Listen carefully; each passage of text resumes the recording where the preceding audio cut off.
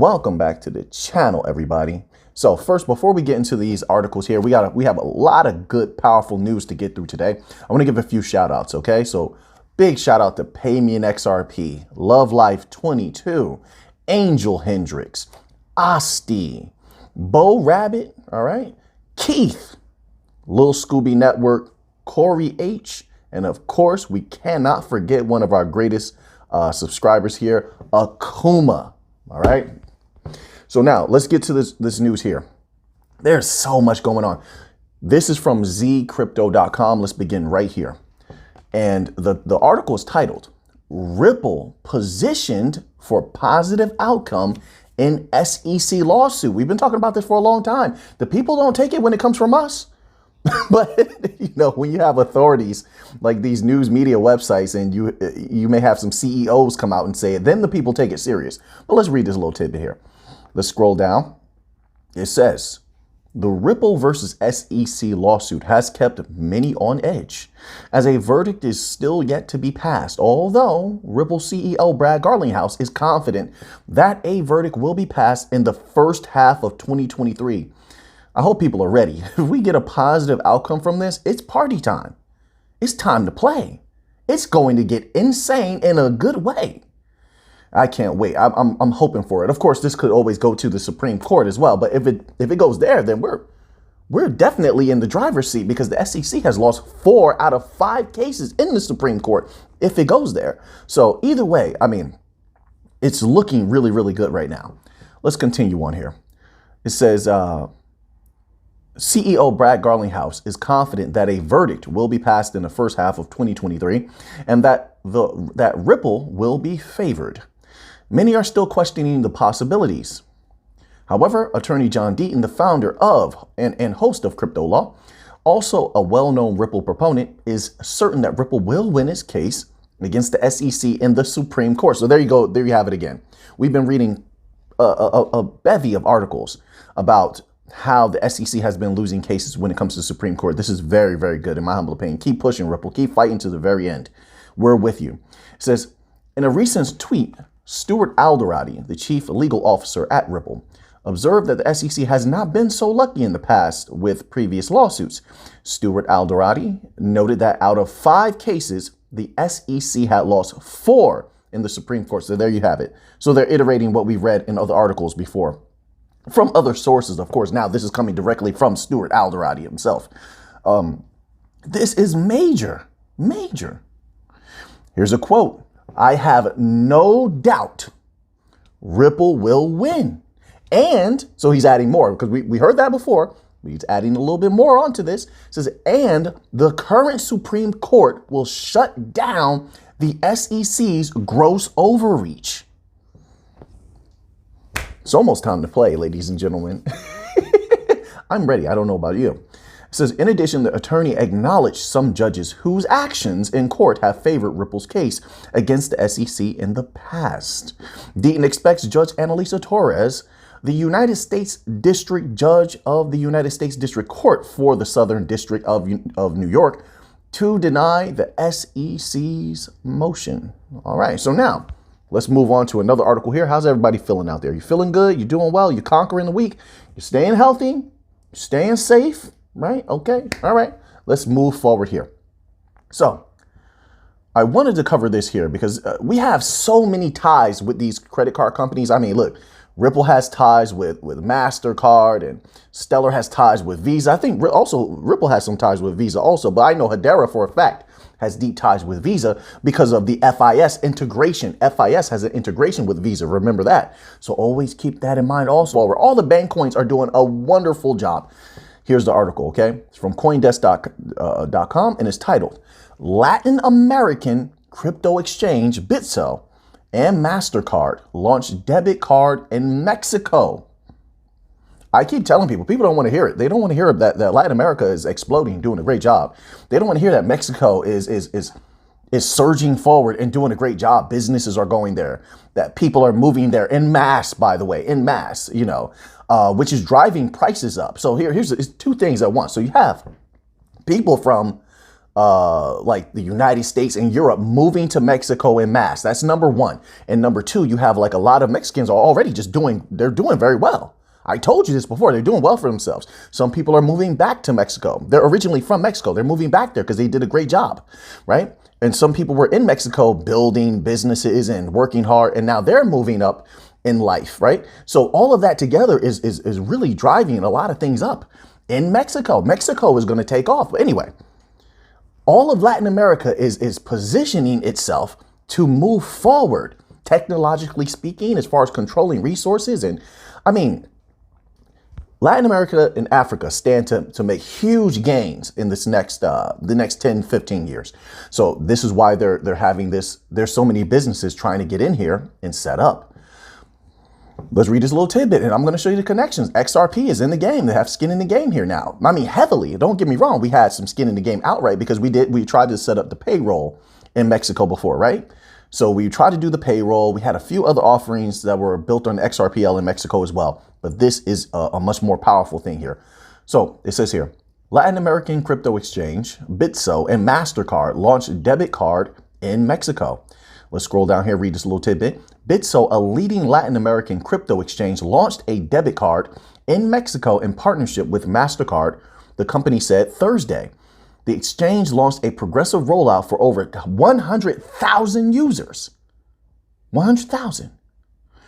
Who had requested the card in Mexico after enabling the card in November for a group of customers to give feedback. Now, here's the thing. Let me piece some things together for you, right?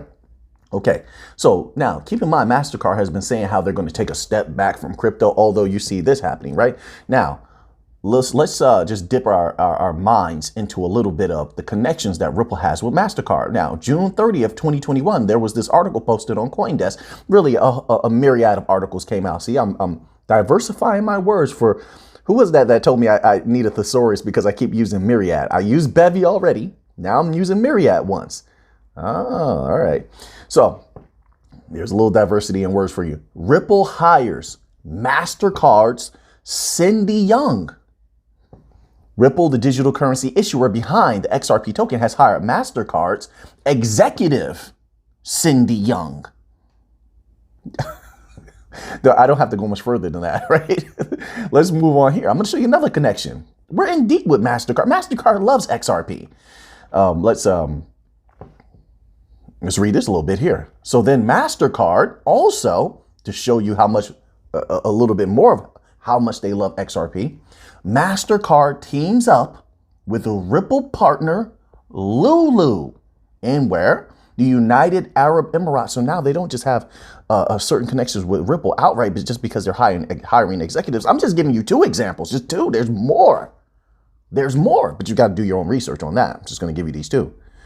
But it says MasterCard teams up with Ripple partner Lulu in the United Arab Emirates to enhance remittances.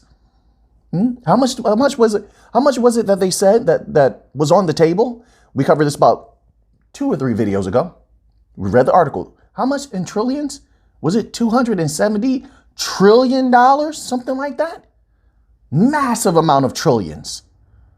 Mind blowing. Most people wouldn't even believe it, but we know because we read the article. You saw it with your own eyes. They're trying to get a part of this. They're trying to get a foothold. Look, Mexico and then United Arab Emirates, 2 places poised to explode. And who is MasterCard getting in deep with? Ripple. Yeah, just check it out. Check that out. Do a little Googling, Ripple and MasterCard. Okay. Now, let's move on to another article here. I just wanted to point that out. So now let's move on to another article here. This is from U.Today. This is interesting. I don't understand where the confusion came from, but it says here, XRP community confused by Uphold's announcement. Is that so? Let's read this little tidbit here. It says Uphold's announcement that the XRP cryptocurrency is listed and available for trading on the platform has left the community confused. Why? I don't understand why. Let's scroll down here. It says the fact that it was accompanied by the hashtag #RelistXRP hashtag. I'm going to explain all of this. I know exactly what's going on. Hashtag led to some speculation about whether or not the exchange enabled trading for the controversial cryptocurrency. However, the community members were bewildered As they claim that XRP was already listed and available for trading, it is already listed and available for trading. Here's the thing. See, when you're a content creator, you start to understand some certain methods that people use to get their information out and get high traffic, search engine optimization, right? So number one, people come to this channel all the time. Because remember, I don't just see the comments like under this video. I see the comments from every single video that's ever been released.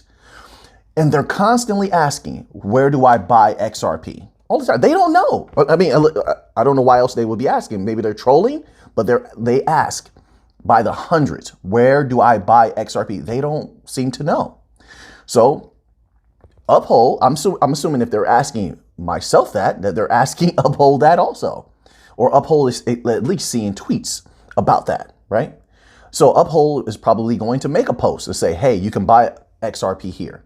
Now, to move a little further, you may say, well, what does that have to do with the hashtag relist XRP hashtag? Well, with search engine optimization, what you'll find is that a lot of people use hashtags that have nothing to do. It's not, well, I won't say nothing to do, but it's not directly related to what they're saying. Like, I mean, relist XRP is directly related to what their post is. I mean, they're talking about XRP, but they're only using that hashtag because it's going to get a lot of traffic. Do you understand what I'm saying? It's going to boost their post up in the search engine optimization because hashtag relist XRP is hot right now. So as their post is going up by using that hashtag, and yeah, you could question, the ethics of doing such a thing, but it's making it visible to a ton of people that, hey, Uphold does have XRP.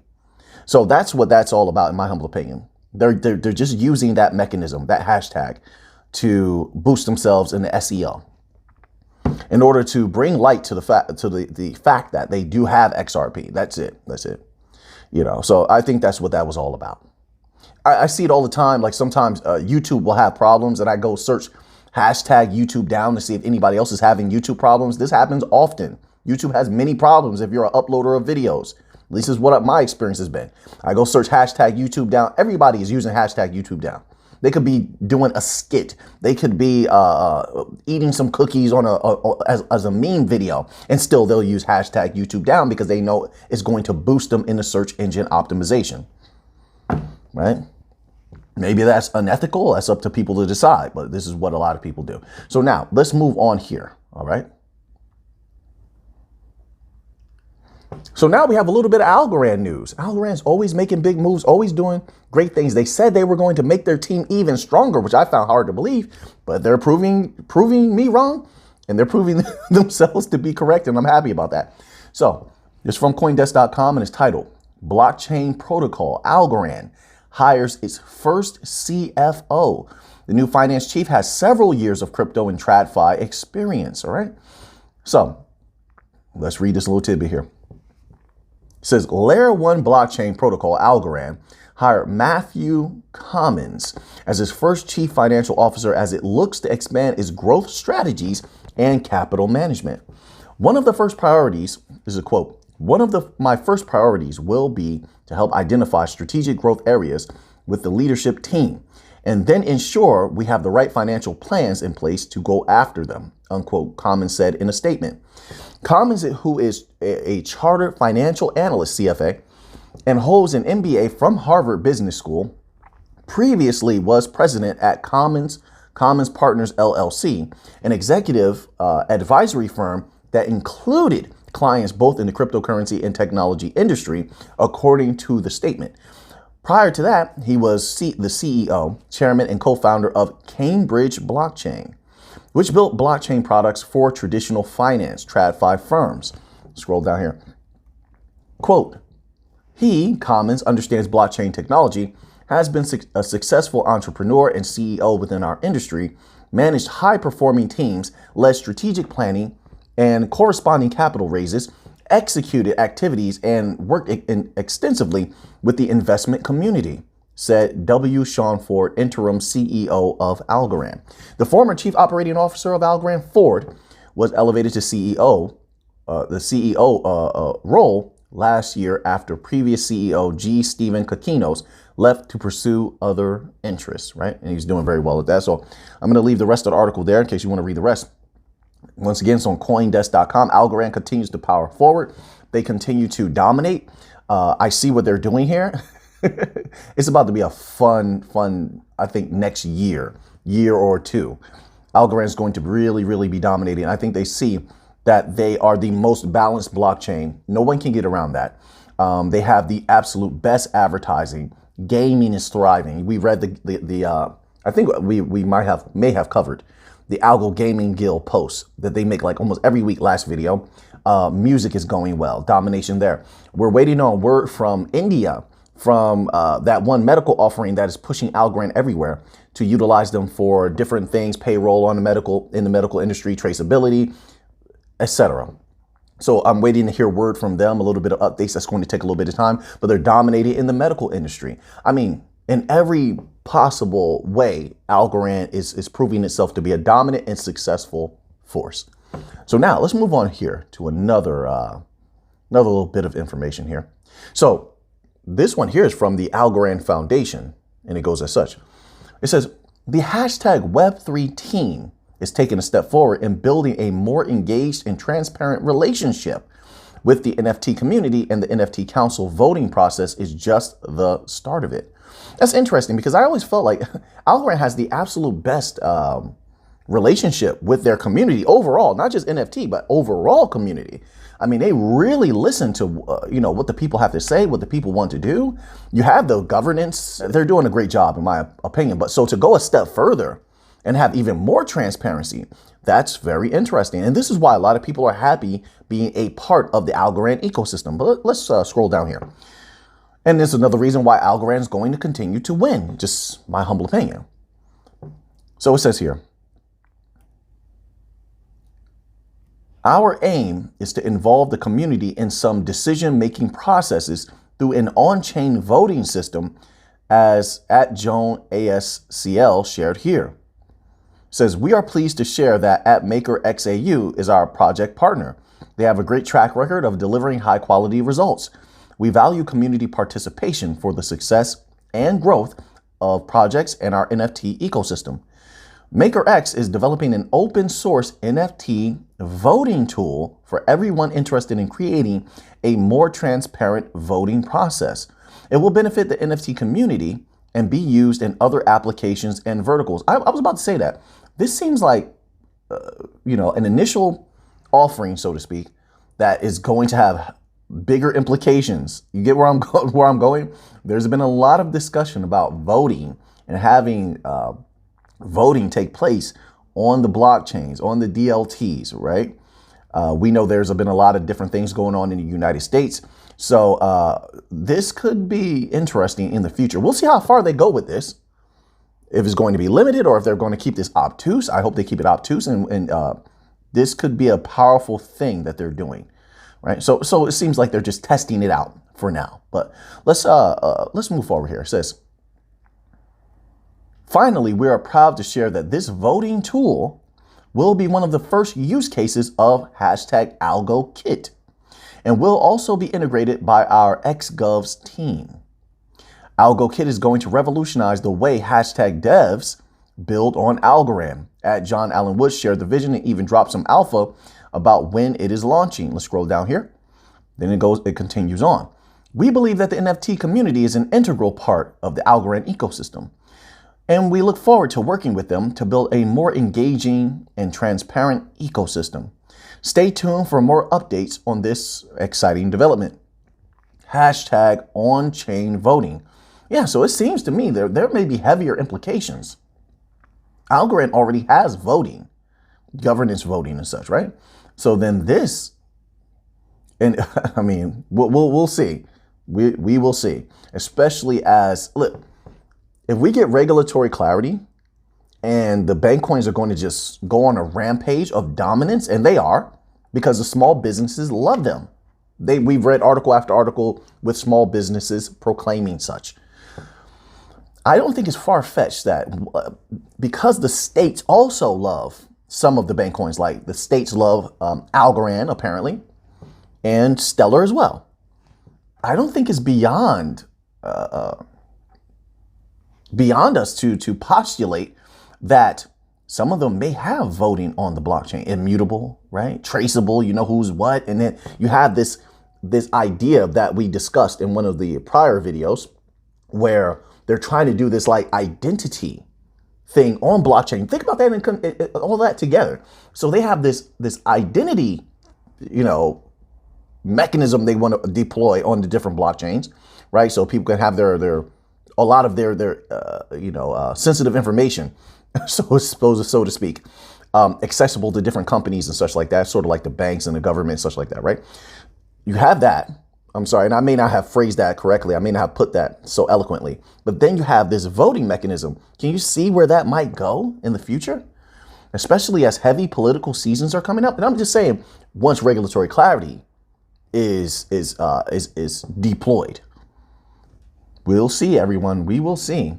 But if the banks are already using DLTs, if the governments are using DLTs for various things, and money comes before anything when these individuals are involved, then I don't think voting is out of the question. I don't.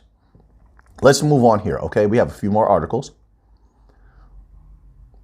So this one here is from Cointelegraph, and it's about Flare, and it goes as such. Flare gets NFT platform to increase use cases for interoperability protocols. I'm happy to see Flare doing more and continuing to expand. Let's read this little tidbit here. The NFT marketplace Sparkles launched on the Layer 1 EVM Oracle platform Flare for interoperable protocols to expand use cases for NFTs and their holders. Let's scroll down here, read a little bit more. It says Flare, the Layer 1 Ethereum virtual machine blockchain, went live January 10th after it launched 2 core protocols for decentralized interoperability applications. Less than 1 month later, on March the 2nd, Flare welcomed the non-fungible token platform Sparks on its Layer 1 Oracle network. According to the announcement, a primary goal of the Sparkles NFT platform is to hone in on the interoperability of native Flare protocols to increase use cases for NFT utility. Interesting. I like where Flare is going. This is a very interesting product, in my humble opinion. I'm keeping a close eye on, though. It says, according to the announcement, the NFT platform has plans to target other major issues in the space, such as intellectual property rights, via attaching on-chain IP licensing to future collections. Sparkles also has a plan of decentralizing its core technology and infrastructure after it transitions into a DAO.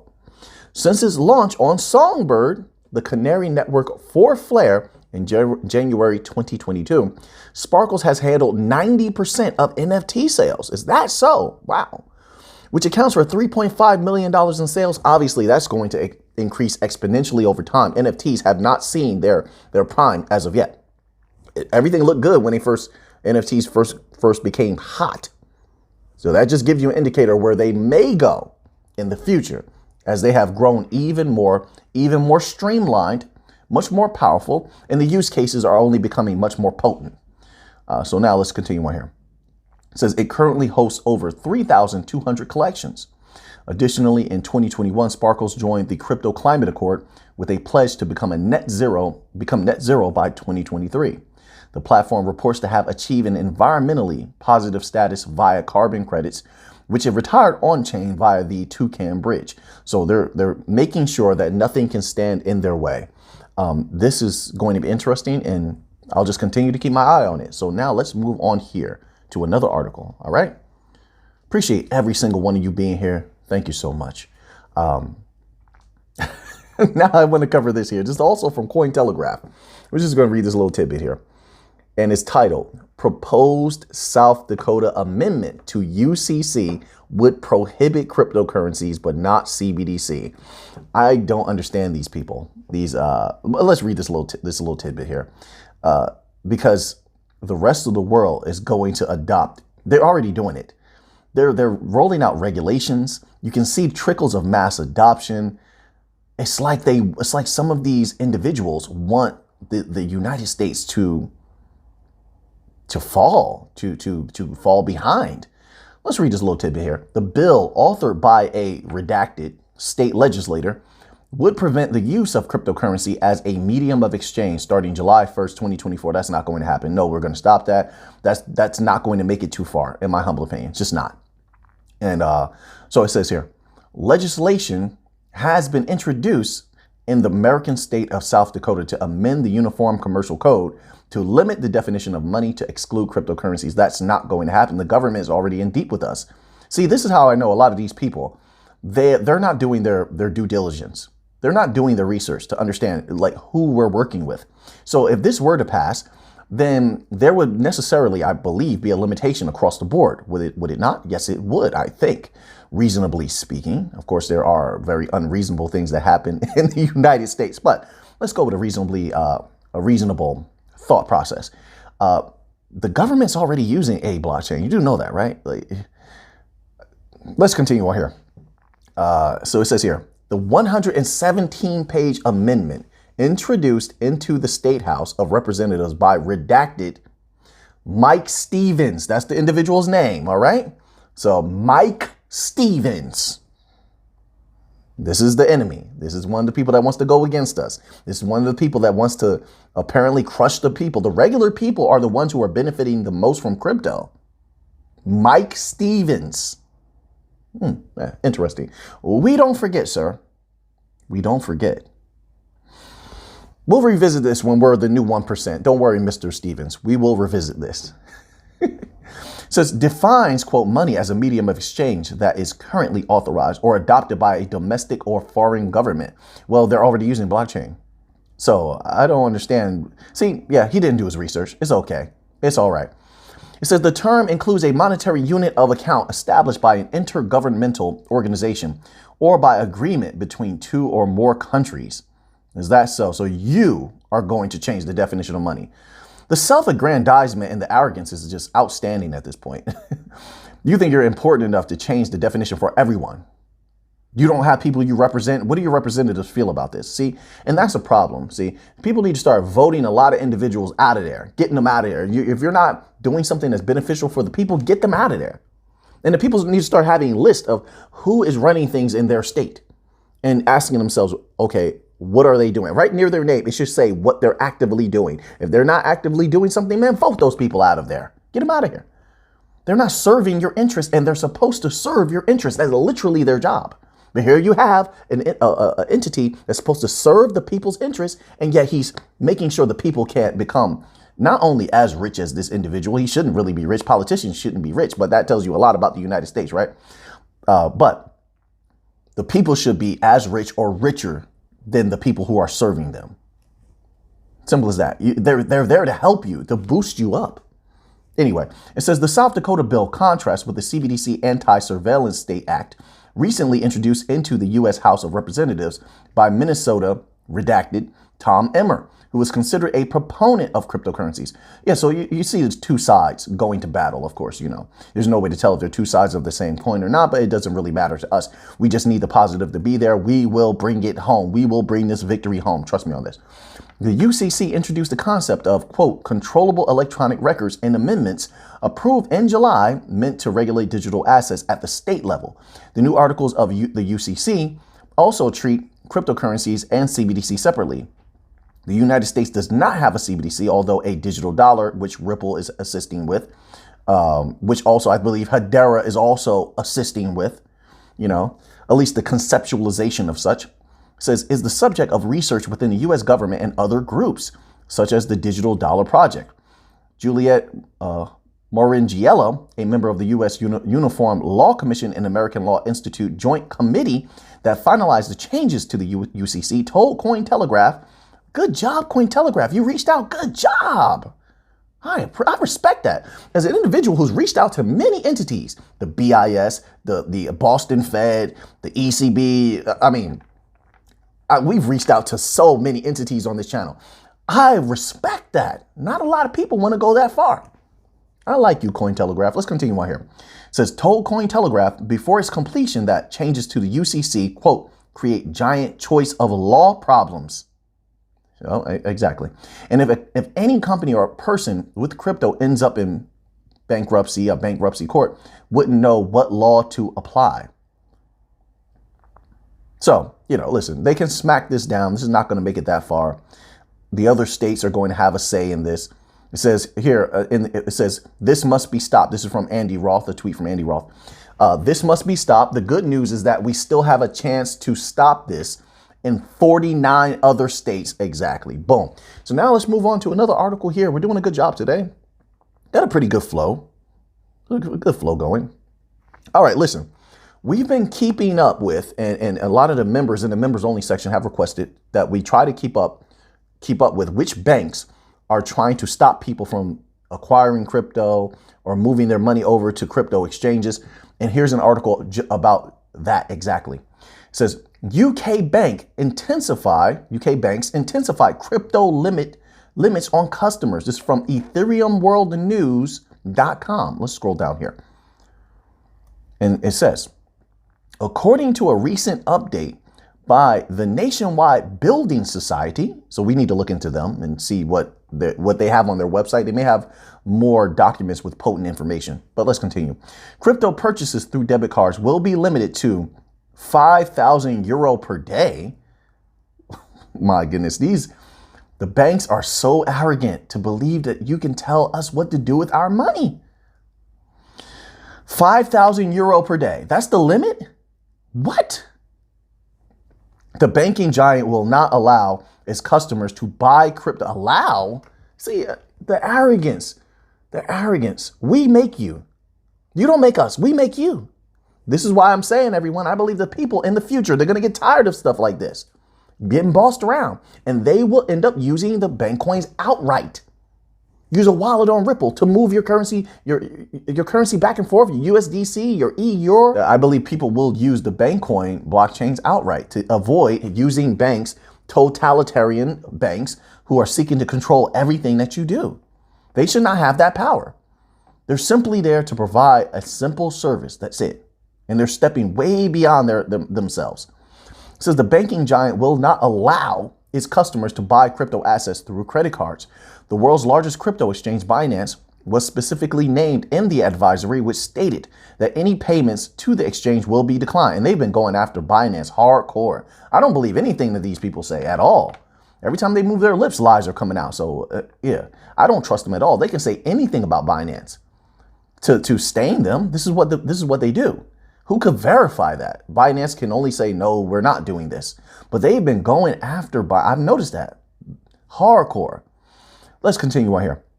Nationwide followed in its footsteps of UK's largest bank, HSBC, which has imposed similar restrictions on its customers. A report from Bloomberg revealed that the bank has barred its customers from buying crypto through credit cards.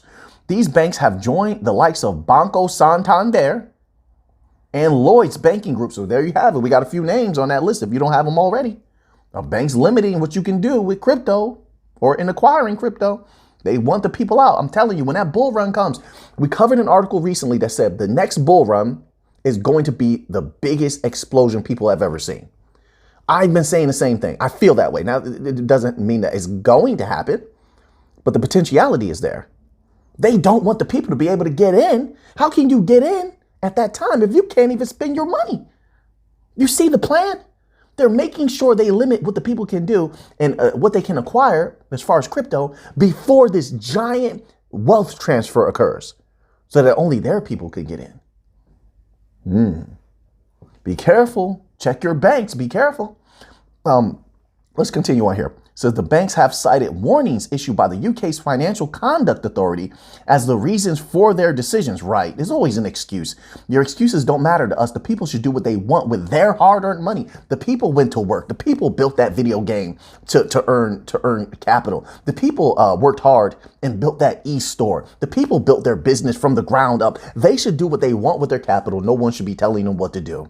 It's as simple as that. And if you are doing that, you're wrong. You're wrong. The people have worked so hard. You know how hard it is to build a business? To go to work? Let's say you don't have a business. It's still difficult. You got to go to work, do all of this labor to earn a little bit of capital. Now you want to play? Now you have this asset, crypto, that could boost you up. And it was. It was. People came from the bottom to the top. Quickly, I might add. Just by making the right acquisition. And you're here telling them they can't do that anymore. I don't know how people don't have a problem with that. That would be insane if they didn't. It says here, the development in the UK's banking and regulation landscape for crypto is similar to what is being seen in their American counterparts. Yeah, of course, because they follow in America's footsteps. It's unbelievable. So this is a little about Celo. We'll close out with this. says here, Celo president Renee Reinsberg explains why the protocol is optimizing for mobile. Well, we know why. Universal basic income. Oh my goodness. Then also the corridors that have like spotty internet and you have to do a lot of offline QR code payments, that's only going to be majorly possible through mobile applications, mobile phones. But let's read this little tidbit here. That's just my humble opinion. It says Celo President Renee Reinsberg joins Alicia Owusu Akiyo to discuss the regenerative finance movement, which focuses on the building blocks of decentralized finance and the principles of regenerative economics. Reinsberg also explains how Celo intends to stay relevant in the multi-chain world of Layer 1 blockchains and Layer 2 networks. The blockchain world is getting crowded, with multiple Layer 1 blockchains launching and Layer 2 networks becoming more popular. Yes, but Celo is strategic. They've been getting deep in Africa. They're deep in Latin America. They've just been quiet, that's all. But they've been building a powerful network. They're backed by Deutsche Telekom. Wait, come on now. Deutsche Telekom, T-Mobile. No one talks about that. They're also backed by the World Economic Forum. Agree or not agree with the World Economic Forum? I don't agree with these individuals or central banks. I just want to take their money. But nonetheless, the facts are that when they push something more times than not, that thing goes forward and is successful. They've even put prime ministers and presidents in office. Check that out. Check the list. When they have their what's that called? When they have their Davos, all those people that they put in place, they come back to Davos. So they have a huge success track record. Celo is backed by them. So they have some sort of part to play. But then keep in mind the universal basic income aspect. Who wants that pushed? The World Economic Forum wants that pushed. And then what? It just happens that they love Celo and Celo's pushing UBI heavy? Come on now. It's just my humble opinion. If you disagree, I can respect that. I completely respect that. We're all different. We all have different thoughts. I'm not here to convince anyone of anything. I'm just a humble researcher and I share a few of my thoughts, nothing more. All right. So now let's continue on. Before we continue on, and then keep in mind, you have all this utility they've been building at Celo.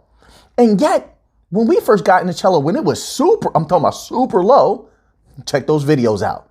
It went parabolic it didn't really have too many use cases back then. There was potentiality only. And it just went parabolic. It was making people disgusting amounts of money. Boom, boom, boom. Look at the charts. Look at the charts. You can do that. Go look at the charts. Look at where it was when we start talking about it. What do you think my point is, what do you think it's going to do next time? With all this utility. When their ecosystem has exploded. Hey, what can you say? That's just my humble opinion. It's not financial advice. I'm not a financial advisor. All right. It doesn't matter to me whether you buy Celo or sell all your Celo. It makes no difference at all. Back when it was going parabolic, there wasn't a lot of people that knew about Celo at all. And it still was going parabolic. So let's finish reading this little tidbit here. It says here, regardless, to set Celo apart from other networks, the team has added elements that improve its mobile experience. According to Reinsberg, Celo caters to those users who access DeFi on devices or interfaces with limited screen size by incorporating increased functionality in particular features, so streamlining. Reinsberg said he sees this as an important step for adoption, considering the numbers at play. Quote, the way that most people in the world access the internet is not on a desktop computer, but on a mobile phone. That is correct in my humble opinion. Further, regarding adoption, Reinsberg pointed out that Celo has decided to focus on developing economies. That's what I was just saying. And they're developing rapidly, by the way, where its impact can be seen and felt, or where Celo can get a firm foothold. And because of their streamlining, they're very easy to utilize. It says, according to the Celo president, creating a, quote, 10x better payment experience in a place like San Francisco or, quote, London is difficult, but the changes made in developing countries can be felt. Due to this, the blockchain network has set up shop on the African continent We were just talking about this, right? They're not mentioning, though, they're also deep in Latin America. They want to put that focus on Africa right now, and for good reason. Africa's going to explode. So many different places in Africa are doing very well. Don't believe what the news media is telling you. And don't get me wrong, there's positive and negative everywhere. But Africa's doing well right now. They're positioning themselves. Even to the point where I'm starting to actually hear a little bit of the mainstream news. Now, I don't partake in the mainstream news very often, but from time to time, some of it slides through into what I do. And I've seen articles and videos where they're talking about Africa and how Africa is positioning itself. It's going to be something interesting over the next 10 to 15 years, I'm telling you. And this is just long-term vision stuff, right? I mean, the short term is much easier, but we're looking at the long term, okay? Over the long term, I think that's where the bigger money is going to be found, in my humble opinion, right? Not financial advice. So now that you have that information, what are you going to do with it? I know what I'm going to do with it. So until next time, let's get to the money.